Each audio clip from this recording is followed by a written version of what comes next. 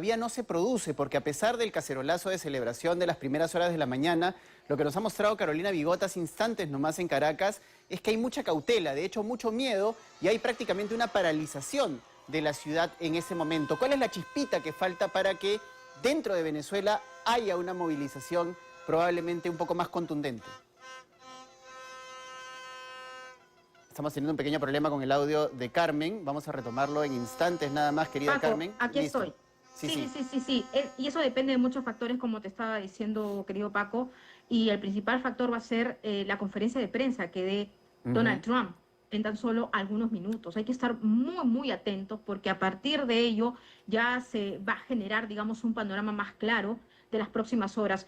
Paco, y ahora también es determinante comenzar a hablar de esa cronología de los hechos, de cómo ha sido este ataque estratégico. Y vamos a empezar desde las 1:50 de la mañana, mientras todos estábamos durmiendo, ya a las 3 de la mañana como que nos llegaba el reporte a los diversos periodistas internacionales sobre las primeras alertas, ¿no? Porque los usuarios también a través de las redes sociales comenzaron a escuchar y a difundir a través de videos ruidos anómalos. Ahí tenemos algunas imágenes realmente impactantes. Escuchaban motores de aviación de alto rendimiento sobre el Valle de Caracas y el litoral central. Luego a las 2 de la mañana, inicio de los ataques, sobre todo en el complejo militar de Fuerte Tiuna. Y según la información que tiene por parte de los Estados Unidos, en este complejo militar se escondía también Nicolás Maduro e iba a pernoctar, iba a dormir. Pero además, Carmen, perdóname, el complejo Fiuna es un complejo muy importante también porque tiene la mayor reserva de F-16 de la aviación venezolana en esa base. Precisamente entonces parece que ha tenido hasta un triple objetivo el ataque norteamericano en ese punto, porque se especula que estaba ahí Nicolás Maduro, inmovilizar los F-16 que podían significar una defensa aérea de la ciudad y del país en ese momento, y por lo cual también se especula pues que aquí ha habido alguna suerte de confabulación también con altos mandos militares, ¿no? Porque no se le avisó absolutamente nada a Nicolás Maduro, que siempre ha ostentado pues esto de la inteligencia venezolana y todo lo demás. Y es importante también recordar este quiebre dentro de la cúpula de Nicolás Maduro, del dictador Nicolás Maduro, porque más allá de la recompensa que se elevó a $50 millones, evidentemente, si bien los Estados Unidos lo había considerado como el líder de los cárteles de los soles, y lo sigue considerando porque él va a tener que enfrentar cargos en un tribunal de los Estados Unidos sobre este tema, sobre el narcoterrorismo. Lo cierto, Paco, es que aquí se comenzaba a advertir también alguna especie de rencilla dentro de la cúpula de Nicolás Maduro. Por eso vamos a ir viendo en las próximas horas realmente cuál es el próximo paso de Donald Trump. Bueno, debo decirte que el secretario de los Estados Unidos, Marco Rubio, ha dicho que no va a haber más ataques militares, ¿no? Que ya lo que hubo en la madrugada tras la extracción de Nicolás Maduro, pues esto queda todo de momento ahí. Bueno, hablábamos del Fuerte Tiuna, que también estaba repasando Paco, y hubo un apagón masivo, ¿no? Casi de inmediato. Ya a las 2:10 de la mañana hubo impactos en la Carlota, ¿no? Al menos 4 detonaciones, según el reporte, sacudieron la base aérea de Generalísimo Francisco de Miranda, que es conocido como La Carlota. Y también estaba revisando imágenes de Reuters de reporteros que ya a plena luz del día, y no sé si lo podríamos colocar porque está en Reuters, compañeros de producción, del momento de cómo se hace ese despliegue de este reportero, ingresa hasta esta base militar y da cuenta de los destrozos tras el bombardeo, columnas de humo. Ahí tenemos los videos del incendio. Ya a las 2:15 se activan las sirenas en el Palacio de Miraflores. Y a las 2:20 de la mañana hubo un ataque a una infraestructura de comunicaciones, reportes también a sistemas de radares, por ejemplo en el Altillo, en el Cerro El Volcán. A las 2:27, Paco, Higuerote bajo ataque. Hay una imagen, me parece que es una de ellas. Es una de las que estamos viendo, me parece, en pantalla. Sí, me parece que sí, porque lo acabo de repasar mientras hacía esta cronología de los hechos, Paco, antes de ingresar en vivo contigo. Y también estaba haciendo transmisiones en vivo, y ahí el objetivo habría sido inutilizar la capacidad de despegue de aeronaves privadas y oficiales. Entonces, ahí está también digamos, el trabajo táctico de las fuerzas militares de los Estados Unidos. El bloqueo también del eje La Guaira-Maiquetía, estamos hablando del aeropuerto internacional de Maiquetía, ¿no? Autoridades aeronáuticas estadounidenses emitieron también un NOTAM. ¿Qué es el NOTAM? Que es, digamos, una alerta para restringir el tránsito aéreo civil de la zona. A las 3 de la mañana, Paco, y seguimos también con este despliegue de imágenes que tenemos en pantalla, ya hay un cese de forma parcial, digamos, hay una tensa calma, pero hay reportes de drones de vigilancia. Y a las 3:14, Paco, tal como tú también lo has dado a conocer durante esta mañana, muy temprano, hubo la primera declaración oficial por parte de Vladimir Padrino López. Estamos hablando del ministro de Defensa de Venezuela, donde muchos decían, bueno, va a haber una declaración de guerra, pero no. Digamos, la declaración por parte de Vladimir Padrino López fue más que todo hacer un llamado a la calma, tal como lo hizo Diosdado Cabello, ¿no? Y aparece rodeado también de todos sus allegados. Claro, ahí hace un pequeño, hace una declaración de conmoción externa, ¿no? Que explicamos hace un ratito al inicio del programa de qué se trataba, ¿no? Era una serie de facultades para el Ejecutivo para tomar ciertas acciones en estados de emergencia, pero no es propiamente dicho una declaración de guerra como has mencionado. ¿Cómo ha seguido esta madrugada, Carmen? Porque nuestro público en verdad está muy interesado en que les contemos precisamente el paso a paso y esta cronología creo que los está ayudando a ubicarse bastante bien. Claro que sí, y de hecho una de las cosas que me interesa mucho es el modus operandi, ¿no? En terreno por parte de los Estados Unidos, y porque en la primera intervención, Paco, cuando hace algunos instantes estábamos conversando y también estábamos hablando con Anthony, pues hablamos de lo que viene, las repercusiones, pero es importante mostrar las tácticas por parte de los Estados Unidos. Y aquí vamos a hablar de las Fuerzas Especiales Delta, ¿no? Y cómo habrían participado de la extracción de Nicolás Maduro. De hecho, hay algunas imágenes que están rondando por las redes sociales que se le ve a Nicolás Maduro. Entonces yo creo que de momento hay que mantener cautela, porque bien sabemos que los fake news y la inteligencia artificial está a la orden del día, Paco. Entonces, de hecho, nos hicieron llegar, y ahí también respondo a tu pregunta, de cómo vivimos esta cobertura, pues verificando cada caso, también revisando las agencias internacionales, ¿no? Y que eso también significa un doble fact-checking, ¿no? Una doble corroboración. Quien también ha hablado aparte de Vladimiro ha sido Delcy Rodríguez. Me parece que también... Lo hizo desde Rusia. Exactamente, este contacto telefónico, ¿no? Ese contacto telefónico. Entonces, a ver, aquí los analistas se están haciendo muchas preguntas, ¿no? ¿Quién ha sido, Nicolás Maduro o el cártel de los soles? ¿No? Porque, ¿qué significa el cártel de los soles?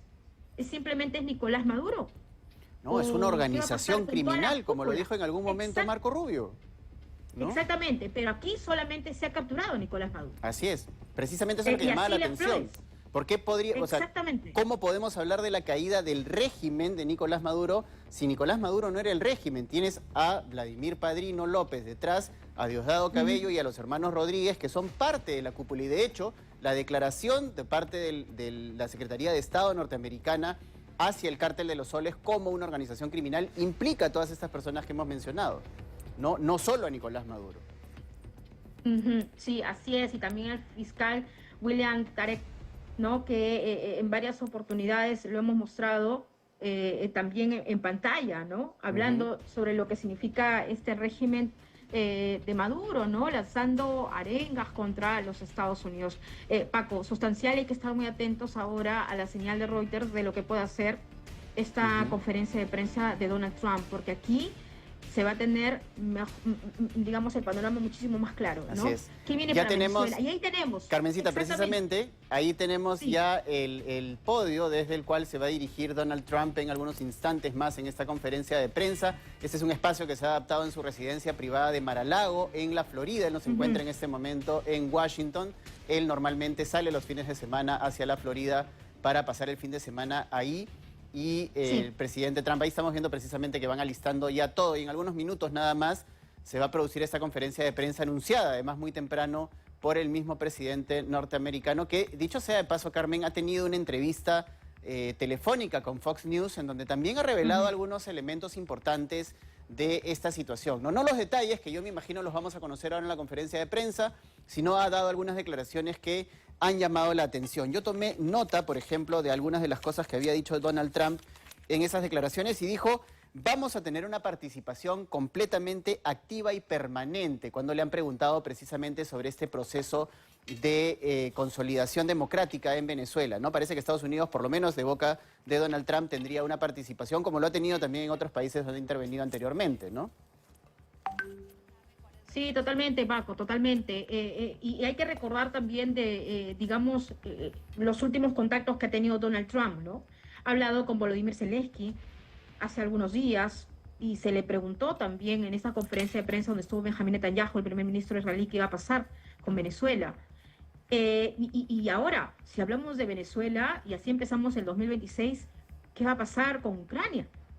¿Qué va a pasar con el tema, por ejemplo, este conflicto que viene de febrero de 2022, ¿no? Entre Rusia y Ucrania, ¿no? Entonces, mientras se dan repercusiones y declaraciones a favor y en contra de lo que ha pasado en Venezuela, yo creo que el punto, el eje central, es esa imagen que tenemos ahí en pantalla y que estamos compartiendo, Paco, la conferencia.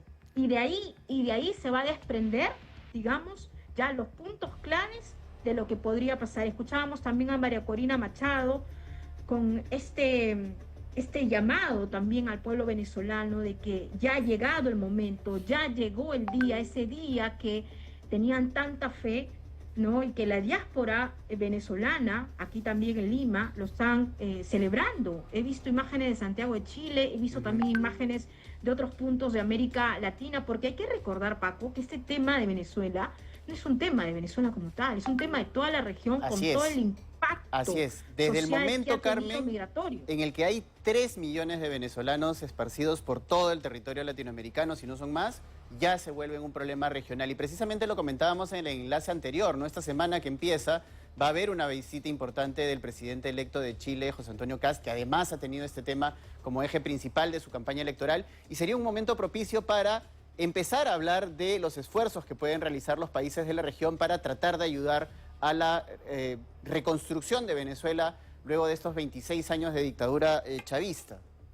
Así es, Paco. Y no sé si ya colocaron también el comunicado oficial por parte de Cancillería, porque te acuerdas que en la lo compartimos hace instantes. Habíamos mencionado que todavía el Perú, pero el Perú también ha sido enfático con este comunicado oficial.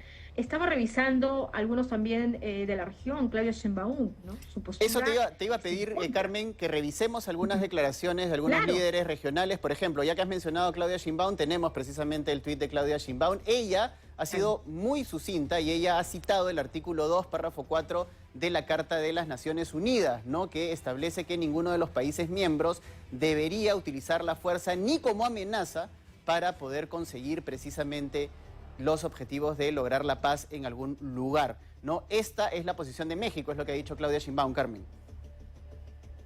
Así es, Paco, así es. Y sería bueno colocarlo en pantalla, compañeros. Bernardo Arévalo desde Guatemala. Así es. Raúl Molina también se ha pronunciado. Tenemos a Lula da Silva, que también ha tenido un comunicado bastante largo. Exactamente, un comunicado muy largo que hay que analizarlo. Gabriel Boric ya sabemos que no es el presidente chileno, José Antonio Kast, pero también se ha emitido un comunicado temprano. Javier Milei ha sido mucho más escueto. Así es, con un video se ha pronunciado él.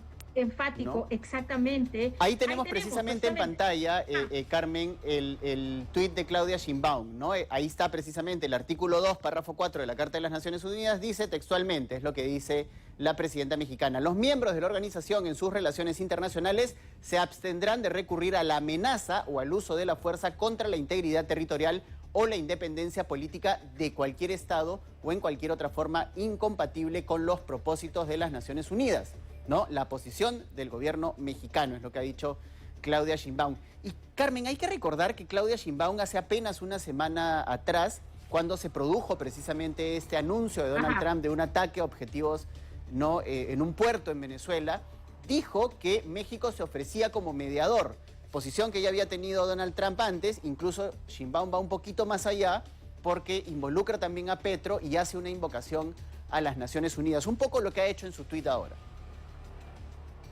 Exactamente, Paco, es importante recordar lo que has comentado. porque de hecho ya había una lectura entre líneas, ¿no? Y ya con este tipo de mensaje me parece que queda clarísima la postura también de Claudia Sheinbaum. No sé si algunos aquellos de tu audiencia, aquellas personas que se vienen enganchando también a la señal de Panamericana, sepan que un 3 de enero de 1990 fue un 89. hito del 89, para hacerlo exacto, 3 de enero de 1989, el dictador Noriega cayó, Ujú. ¿no? Y esto también marca, digamos, una antesala sobre la actuación de los Estados Unidos, ¿no? Así es. Sobre algunas situaciones donde también se había colocado estos personajes como narcoterroristas. Claro, ahora, es Entonces, interesante precisamente, Carmen, lo que mencionas, porque si bien hay una, digamos, comparación impostergable, además por la coincidencia histórica, la fecha y todo lo demás, yo creo que ambos eventos, el del 89 con Noriega y el de Maduro en esta oportunidad, no se pueden comparar, porque incluso algunos internacionalistas han señalado que lo que ha ocurrido con Venezuela es sui generis, ¿no? En el caso de Panamá hubo un proceso político adicional que incluyó, por ejemplo, la permanencia de Manuel Antonio Noriega durante 11 días en la Embajada del Vaticano, hasta que finalmente el nuncio apostólico logró convencerlo de que se entregara y eso no pasara más, porque en verdad el ejército norteamericano tenía toda la intención de eliminarlo en ese momento y fue una situación bastante tensa también para la región, ¿no? Es la primera vez que Estados Unidos realiza una acción armada concreta en el subcontinente sudamericano, lo cual evidentemente también ya marca un elemento importante a diferencia de las otras, Carmen. ¿No? claro Tomando que las sí, reglas. Paco. A ver, es una coincidencia que sin lugar a dudas, más allá también de la anécdota, más allá de estas situaciones, me parece que es importante resaltarlo. Ahora, solamente hay que precisar las fechas, Paco, porque yo recuerdo bien que el 20 de diciembre de 1989, Estados Ujú. Unidos lanza esta operación. Y la operación se llama Operación Causa Justa, pero fue el 3 de enero de 1990 cuando lograron ya sacar a Manuel Antonio Noriega, el dictador panameño. Entonces empieza en 1989, compañero, y ya la captura se da el 3 de enero de 1990. Así es. Extraña coincidencia, dicen algunos. Bueno, lo cierto que esto es parte de la historia y comenzamos el 2026 con un tablero geopolítico que también hay que comenzar a virar a lo que pueda pasar en Ucrania con Rusia, a lo que pueda pasar con Taiwán, China, a lo que pueda pasar con esta ruta de la seda que está implementando China a nivel mundial. ¿Y por qué? Porque todo está conectado, Paco. Exacto, Absolutamente absolutamente todo. todo está conectado. Y claro, cabe pensar, de repente nos vamos a adelantar un poquito, Carmen, pero cabe pensar Sí. en cuál va a ser el después o cuál va a ser el futuro de otros regímenes a los que Estados Unidos también les ha puesto la mira. Estamos hablando de Cuba, estamos hablando de Nicaragua y otros regímenes donde Estados Unidos ha mostrado principal y particular preocupación, sobre todo por su modelo político. Ujú, sí, tal cual, Paco. Entonces, lo único que aquí ya nos queda para dar un análisis mucho más profundo es tener las declaraciones del presidente de los Estados Unidos, Donald Trump. Y aquí voy a hacer un paréntesis adicional. Eh, Hay que recordar lo que pasó entre Israel e Irán, ¿no? Hay que recordar también la forma de cómo actuó los Estados Unidos y la coordinación que tuvo con Israel, porque según la información que tenía Israel, Ujú. era de que Irán ya estaba llegando o teniendo un límite para tener uranio, ¿no? O sea, su capacidad nuclear.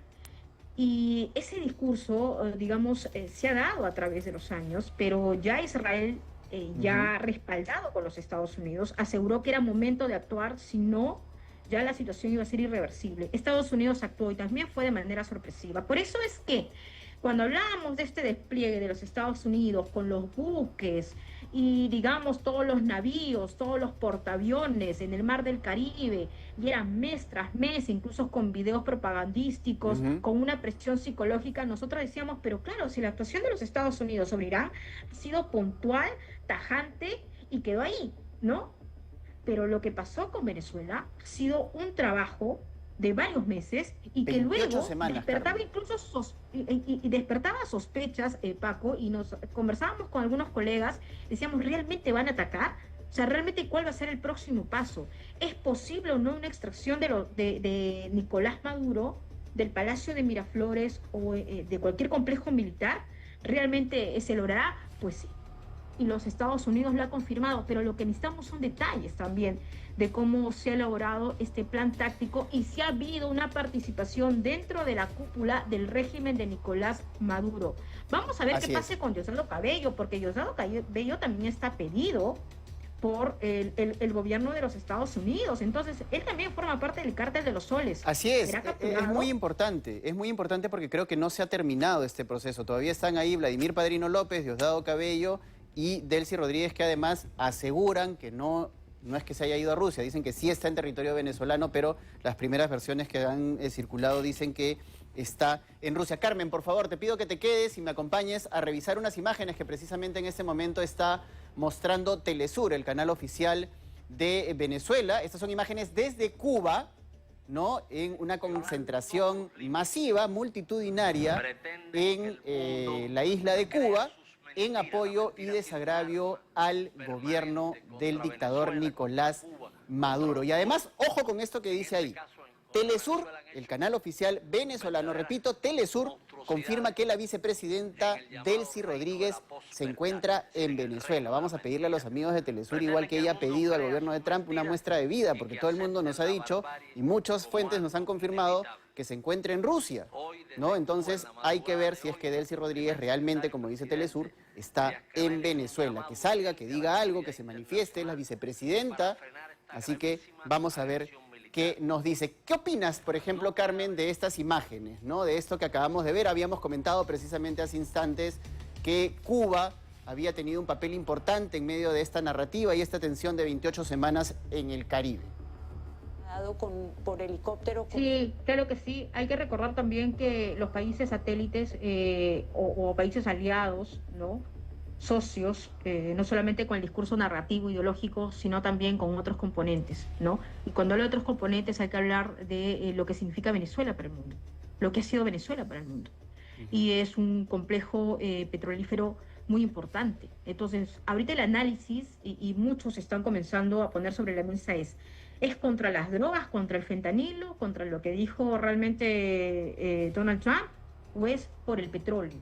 Y bueno, ese discurso del petróleo lo ha manejado incansablemente el propio Maduro. Recordarás tú, y sería importante también que producción nos pueda ayudar con ello, a colocar los últimos mensajes de Nicolás Maduro en sus últimos pronunciamientos, cuando se burlaba de los Estados Unidos, cuando incluso cantaba canciones, ¿no? No a la guerra, sí a la paz, ¿no? Tratando un poco también de generar ese ambiente que él está acostumbrado, ¿no? De no tomarse esto con seriedad, o que quizás quería mostrar que no le importaba mucho, ¿no? Pero también aquí es importante recordar, y se me viene a la mente, lo que dijo Donald Trump en una comunicación con un podcast sobre el primer ataque o la primera incursión que hubo sobre un punto estratégico donde estaban cargando droga, porque recordemos que los Estados Unidos ya ha hecho ataques muy cerca en el agua del Caribe, ¿no? En el mar del Caribe, y ha atacado narcolanchas, pa. Y esto ha sido una forma sistemática. Entonces, muchos especialistas apegados al derecho internacional decían, bueno, ¿puede pasar esto realmente? ¿Esto se tiene que respaldar o no? Y ahora también aquí la reflexión, y ya lo dirán los doctores en relaciones internacionales, en derecho internacional, ¿cuál va a ser el precedente que deja Donald Trump al respecto? Yo creo que ahí va a haber muchísimo, Carmen, que analizar, ¿no? Lo que deja, el precedente que deja este acto de los Estados Unidos en territorio venezolano, creo que va a ser un tema que vamos a poder conversar muchísimo y en extenso en los próximos días, en las próximas horas también. Quiero, Carmen, que nos acompañes a ver una nota que precisamente presentamos ayer en la edición